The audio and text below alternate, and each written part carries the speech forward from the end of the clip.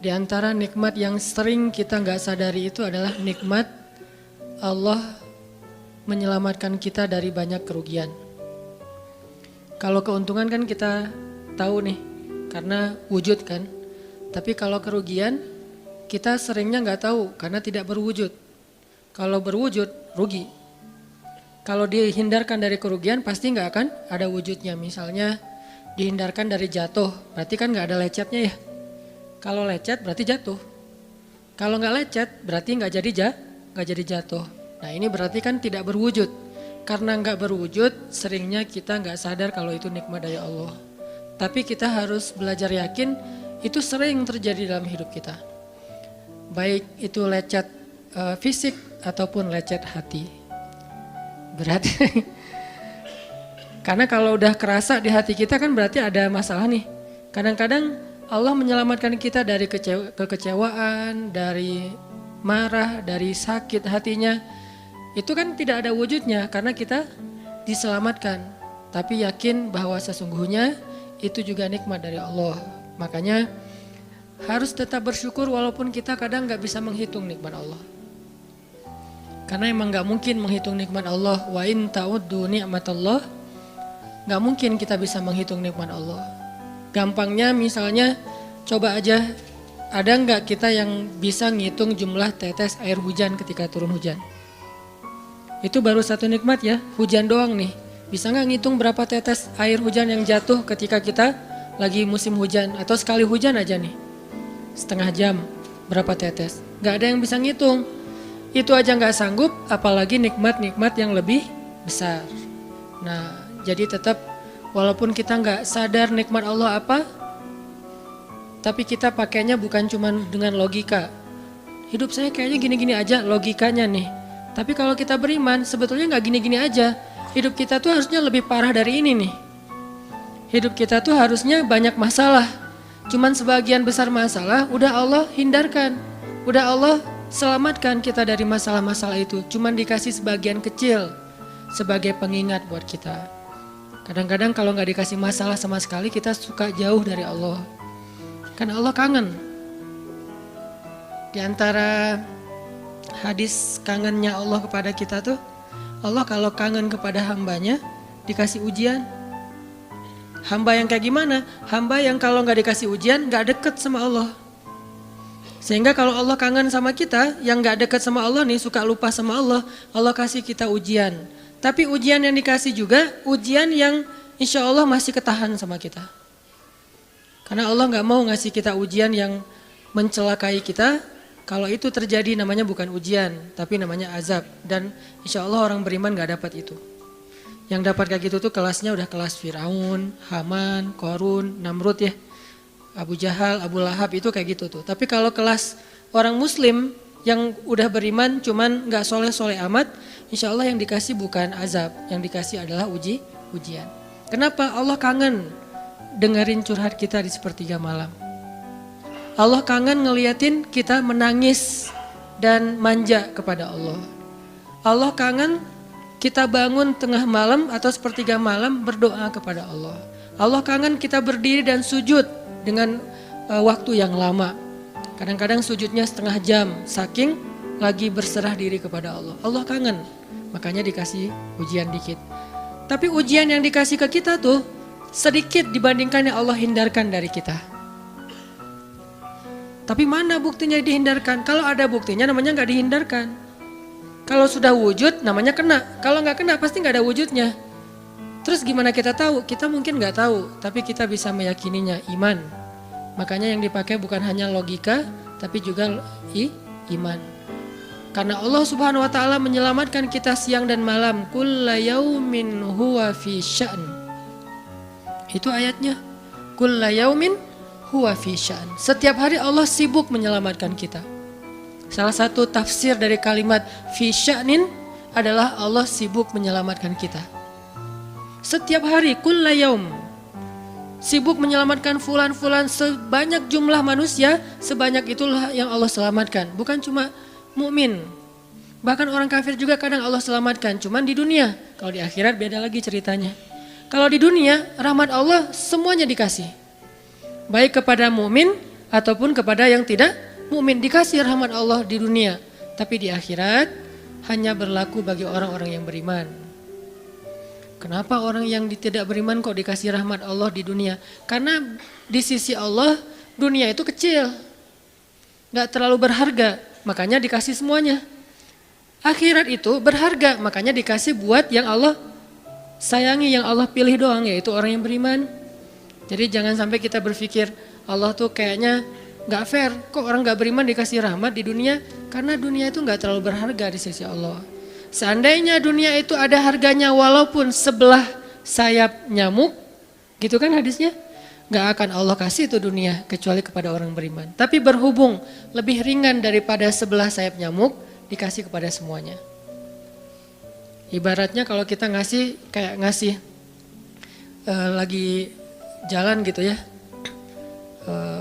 naik angkot misalnya, naik angkot terus sama istri nih naik angkot berdua.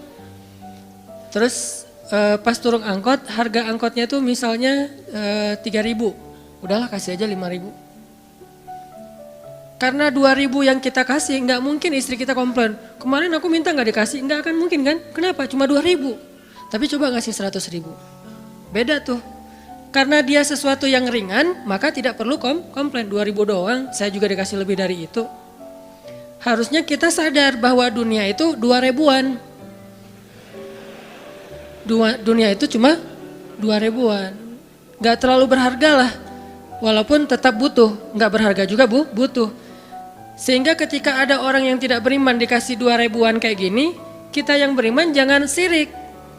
Mending saya gak beriman kalau kayak gitu, ternyata gak beriman juga dapat tuh banyak. Gak banyak, cuma 2.000-an, dan kita mah dikasih lebih banyak dari itu, cuman yang dilihat 2.000-nya, bukan yang ratusan ribunya. Ini artinya teman-teman, yuk kita tetap belajar bersyukur kepada Allah. Walaupun kita gak sadar nikmat Allah itu apa. Kita gak bisa ngitung dengan logika kita. La tuhsuha, gak mungkin bisa dihitung dengan logika. Tapi kita masih punya logika iman. Yang kita yakin, kulla yaumin huwa fi sya'n. Setiap hari itu Allah ngasih nikmat buat kita. Setiap hari itu Allah menyelamatkan kita dari banyak masalah. Setiap hari. Bukan pernah tuh dulu gua nyelamatin lo, enggak. Setiap hari diselamatin. Kita ada orang yang kadang-kadang nyelamatin kita dari satu musibah, itu kan berjasa dan kita kayak ngingat seumur hidup kan ya. Dianggap kayak orang yang paling berjasa dalam hidup kita. Dulu hampir putus gara-gara dia nggak jadi putus gitu. Nyambung lagi dalam bentuk yang halal misalkan ya. Berarti kan dia paling berjasa nih. Kalau nggak gara-gara dia nih udah putus tuh. Kalau nggak gara-gara dia udah cerai nih. Alhamdulillah gara-gara si fulan, gara-gara ustadz itu, gara-gara teman saya, gara-gara orang tua, kita yang tadinya hampir bercerai, gak jadi bercerai kan dia berarti berjasa banget dalam hidup kita, menyelamatkan rumah tangga. Allah menyelamatkan kita dari yang kayak gitu-gituan tuh kulla yaum, setiap hari. Kalau yang belum menikah, setiap hari Allah menyelamatkan kita dari zina. Apalagi kita hidup di zaman fitnah. Apalagi kita hidup di kota besar kayak di Bandung, yang fitnahnya mungkin lebih besar daripada di desa. Dengan mudah kita bisa terjerumus ke dalam dunia-dunia yang kayak gituan. Mudah banget. Tapi setiap hari diselamatin, besok diselamatin lagi, lusa diselamatin. Walaupun seringkali Allah pengen nyelamatin kita, kitanya aja yang kekeh gak mau diselamatin. Udah jatuh, Allah selamatkan dari apa? Dari makin terpuruk. Kadang-kadang kan jatuh ketiban tangga nih. Jatuh doang gak ketiban tangga. Allah selamatkan. Kalau nggak diselamatkan 100%, minimal diselamatkan sebagiannya. Supaya kita nggak benar-benar hancur. Itu sering. Yang pernah merasakan masa-masa kelam di masa lalunya, harusnya kan ketika kita dulu kayak gitu, kita mungkin udah mati kali ya. Yang sering tawuran misalnya, yang sering tarung di jalan, alasannya alasan sepele gitu. Kayak kemarin saya pas ke Jakarta ada acara di daerah Bintaro tuh, lagi jalan, ada tawuran pelajar, pada bawa golok, bawa samurai, bawa celurit segala macam. Kita agak-agak kaget karena kita platnya plat D gitu kan, agak bahaya nih di Jakarta soalnya. Langsung kita gimana nih plat D, masa mau ditutup pakai tangan, nggak mungkin kan ya mobil. Akhirnya la haula aja. Coba bayangin, mungkin sebagian kita pernah ngalamin masa kayak gitu dan mungkin lebih parah. Yang kayak gitu-gitu mah udah jadi kayak sarapan lah. Kalau nggak makan siang. Kayak gitu-gitu, udah sering. Kenapa masih bisa selamat dan sekarang bisa duduk di masjid? Kalau bukan karena Allah menyelamatkan kita. Jadi kalau ada yang cerita ke saya itu tentang pengalaman masa lalunya yang luar biasa kelam, saya itu selalu bukan takjub ke dianya, takjub ke Allahnya. Bukan takjub karena dia bisa berhijrah, takjub karena Allah masih menyelamatkan dia dan menghijrahkan dia. Sehingga ketika dengar cerita kayak gitu, yang kita ucapkan adalah Masya Allah, Alhamdulillah. Bukan, wah hebat lo ya, dulu pernah bunuh orang, pernah ini, pernah semua dosa pernah gue lakuin dah. Itu gak perlu bangga, karena kalau dia gak diselamatin Allah, dulu udah celaka dengan dosa-dosa itu. Tapi karena Allah selamatkan, akhirnya dia diberi kesempatan. Bikin dosa dibiarin sama Allah, bikin dosa dibiarin, bukan dibiarin berbuat dosa, dibiarin supaya dia kembali kepada Allah, dikasih kesempatan. Dan itu gak sehari, bertahun-tahun kan kita kayak gitu, masih aja Allah biarin, masih Allah kasih kesempatan. Ini artinya teman-teman, benar kulla yaumin huwa fi sya'an. Setiap hari itu Allah selalu jagain kita. Setiap hari itu Allah selalu nyelamatin kita dari banyak masalah. Kalau yang udah nikah, mungkin di hari-hari pertama atau tahun-tahun pertama nih pengalaman pernikahan ya. Ya nggak apa-apa deh. Sedikit lah ya, saya emang nggak terlalu berpengalaman. Ada yang lebih berpengalaman dari saya lah ya, ada sedikit pengalaman. Biasanya orang yang baru nikah ujiannya itu 3 tahun pertama. Kalau dia bisa ngelewatin masa 3 tahun pertama, insya Allah agak lebih mudah ke depannya. 3 tahun pertama ini paling berat. Apalagi kalau dia nikahnya, alhamdulillah gak pacaran. Kalau pacaran kan ujiannya udah sebelum nikah udah banyak ujian ya. Pas udah nikah ya udah selesai. Bukan udah selesai ujiannya, udah gak ada yang perlu udah hambar aja. Udah plain ya. Pernah gitu Ustaz? Enggak sih. Untung ya, untung. Alhamdulillah gak pakai pacaran. Soalnya yang pacaran diputusin melulu. Jadi yang udah pacaran lama, pas udah nikah, kita mau ngapain lagi ya? Kayaknya udah semua ya. Oh iya, udah semua. Bulan madu dari dulu juga udah sering. Kan udah agak-agak plain gitu kan. Tapi kalau yang belum nikah, belum pacaran, nikah nih. Jadi kayak benar-benar baru pacaran, cuman ada konsekuensi lain yang mungkin ini jadi kayak semacam ujian lah biar sabar. Masa-masa adaptasi, masa-masa saling mulai mengerti, oh ternyata kamu tuh kayak gini dan segala macam. Apalagi kalau baru nikah langsung LDRan kan berat banget tuh. Nikah LDRan, pacaran LDRan aja berat. Bener gak sih? Nggak ngaku Pacaran LDRan aja berat, apalagi nikah LDRan. Kenapa? Pacaran itu kan masih banyak pantangan. Nikah kan udah masih banyak ibadahnya. Tapi nggak boleh ibadah, coba gimana? Nggak sengsara tuh, merana kan? Harusnya boleh tapi nggak boleh. Yang tadinya nggak boleh aja sengsara, apalagi udah boleh. Nah ini artinya setiap hari dalam tahun-tahun pertama pernikahan kita bisa aja mengatakan, udah deh, saya talak kamu. Apalagi laki-laki. Kalau nggak sabar dikit keluar kata-kata talak. Kalau udah keluar nggak bisa ditarik lagi tuh. Karena kalimat itu walaupun guyon tetap kena kan. Guyon aja kena apalagi serius. Enggak usah, saya waktu itu lagi dikuasai amarah. Emang ada yang cerai dalam keadaan nyaman? Kita talak yuk gitu. Nggak ada kan. Yang namanya cerai pasti marah tuh. Jadi nggak ada istilah gara-gara marah terus talaknya nggak berlaku, nggak. Maksud marah yang nggak berlaku talak itu kalau sampai hilang akal. Tapi rata-rata kita masih berakal sih walaupun marah juga. Karena ada orang yang marah tuh kemudian dia jadi kayak orang yang gila gitu gara-gara marahnya itu hilang akal. Tapi kalau masih berakal, masih mukallaf, masih bisa berpikir, ya namanya cerai nggak ada yang nggak marah. Yang namanya cerai pasti marah. Aku talak kamu. Gak ada, udah talak manggilnya say. Udah gitu pakai emoticon yang love gitu. Tapi talak kan agak-agak klise ya. Gak ada, pasti emoticonnya tuh berderai-derai atau hatinya terbelah kan gitu kan ya. Lagi rame soalnya tuh yang kayak gitu-gitu. Ini artinya bahwa yang namanya talak gak ada nyamannya. Pasti lagi marah dan tetap berlaku teman-teman. Kalau enggak Allah membimbing lisan kita, mungkin hari kedua udah talak tuh. Kalau Allah enggak membimbing hati kita, mungkin bulan pertama udah talak. Berarti kulla yaumin huwa fi sya'an.